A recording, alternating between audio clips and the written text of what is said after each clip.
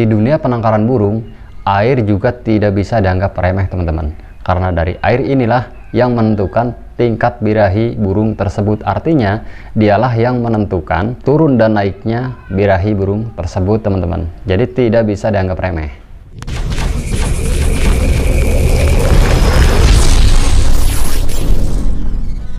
Assalamualaikum warahmatullahi wabarakatuh. Bertemu lagi bersama kami Ain Update Farm, channel yang mengupas tentang seputar burung dan penangkaran.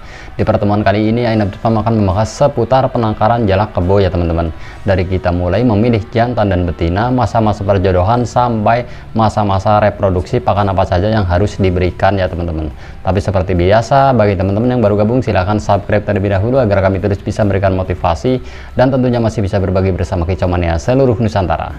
Nah, oke, langsung saja untuk menangkar atau beternak jalak kebo itu kita harus tahu jantan dan betinanya terlebih dahulu ya teman-teman tentunya. Nah, selain kita menentukan jantan dan betina, kita juga harus menentukan umur daripada burung tersebut ya teman-teman.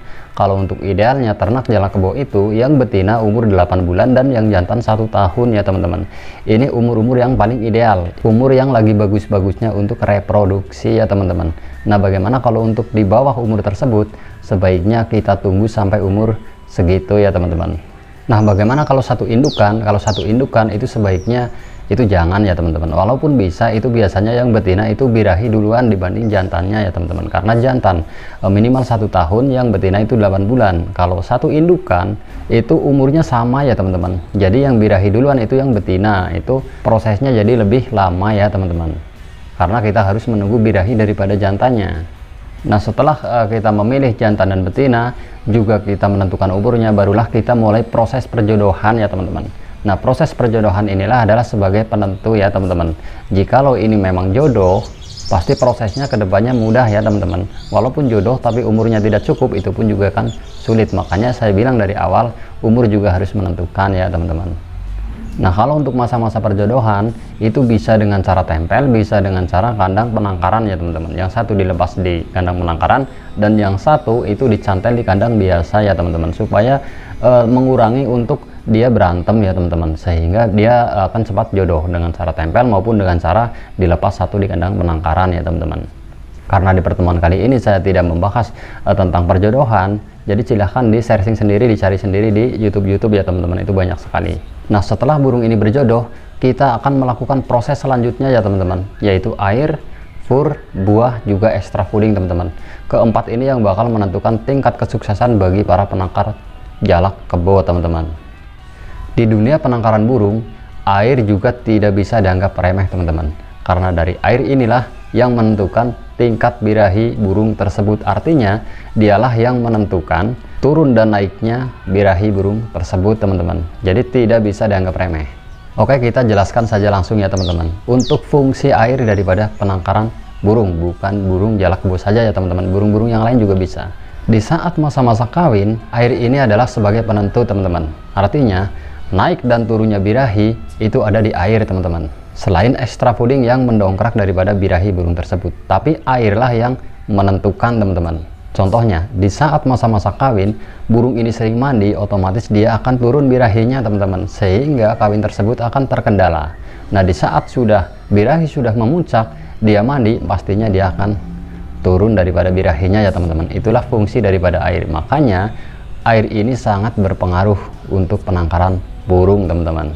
Jadi kalau masa-masa kawin itu lebih baik itu kurangi daripada airnya ya teman-teman, terkecuali dia sudah bertelur, baru kita perbanyak airnya ya teman-teman, supaya burung ini tidak mandi terus-menerus ya teman-teman dalam masa-masa kawin. Itulah fungsi daripada air ya teman-teman.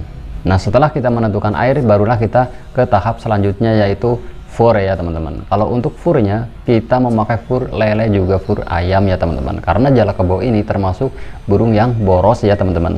Jadi kita bisa meminimalisir daripada pengeluarannya dengan kita memakai fur lele juga fur ayam teman-teman, sehingga bisa tidak terlalu menguras kantong ya teman-teman. Nah, bagaimana dengan fur-fur yang lain? Fur-fur yang lain juga boleh sebetulnya, cuman kalau untuk mendongkrak daripada birahi itu sebetulnya untuk fur lele ini itu sangat baik ya teman-teman. Tapi kalau untuk fur ayamnya itu sebagai pengenyang saja ya teman-teman, dan bisa menambah protein juga bisa ya teman-teman, karena proteinnya juga cukup banyak untuk fur ayam ini. Tapi kandungan lemaknya juga sangat tinggi ya teman-teman, makanya kita imbangi dengan fur lele. Itulah untuk furnya ya teman-teman. Nah selanjutnya untuk buahnya ya teman-teman. Kalau untuk buahnya kita sediakan pisang maupun pepaya. Ini dua buah ini itu harus tetap ada setiap hari ya teman-teman, karena buah ini juga berpengaruh pada tingkat birahi burung tersebut teman-teman, karena burung jalak ini itu sangat menyukai daripada buah ya teman-teman. Jadi tetap kita sediakan untuk dalam masa-masa kawin ya teman-teman. Nah bagaimana kalau vitamin? Kalau vitamin juga kita bisa berikan, juga bisa tidak diberikan teman-teman. Kalau diberikan itu lebih bagus, seperti ada EGG stimulan ya teman-teman, seperti di video sebelumnya saya sudah pernah bahas di cara ternak sirtu ya teman-teman, itu pakai EGG stimulan. Nah kalau untuk kalsiumnya kita menggunakan cangkang kulit telur puyuh ya teman-teman, itu juga bisa digunakan. Nah selain itu juga bisa menggunakan tulang sotong yang ditumbuk ya teman-teman, itu kalau untuk memperkeras daripada reproduksi telurnya nanti teman-teman, supaya telurnya tidak lembek teman-teman, dan sangat bagus untuk perkembangan tulang daripada janinnya kelak kalau untuk penambahan kalsium ya teman-teman. Nah kalau masa-masa kawin kalsium terpenuhi, tingkat kecacatan anaknya pada tulangnya itu sangat minim ya teman-teman, sehingga bisa berkembang dengan baik teman-teman. Itulah gunanya daripada kalsium. Nah di tahap selanjutnya kita menentukan gelodok juga seratnya ya teman-teman. Kalau untuk gelodoknya itu kita bisa menggunakan gelodok kacer, juga gelodok murai batu ya teman-teman, ini sama persis.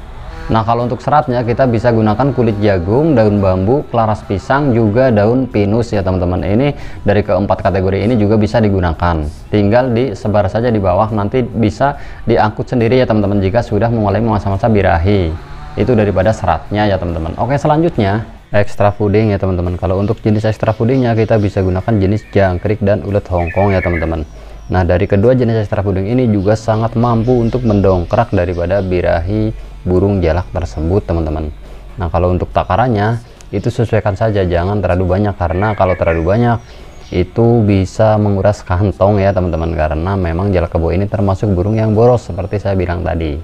Karena selain extra fooding kita juga sudah mendongkrak birahi burung tersebut dengan fur lele juga buahnya ya teman-teman. Jadi kita sesuaikan saja masalah extra fooding jenis jangkrik dan ulet Hongkongnya. Nah itulah dari jenis extra fooding ya teman-teman.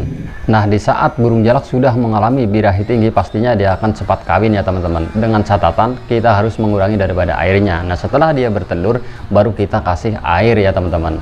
Jadi diperbanyak tidak masalah, supaya birahinya akan tetap stabil dengan cara dia mandi sendiri teman-teman, karena dia sudah ada insting alami untuk menetralkan daripada birahinya teman-teman.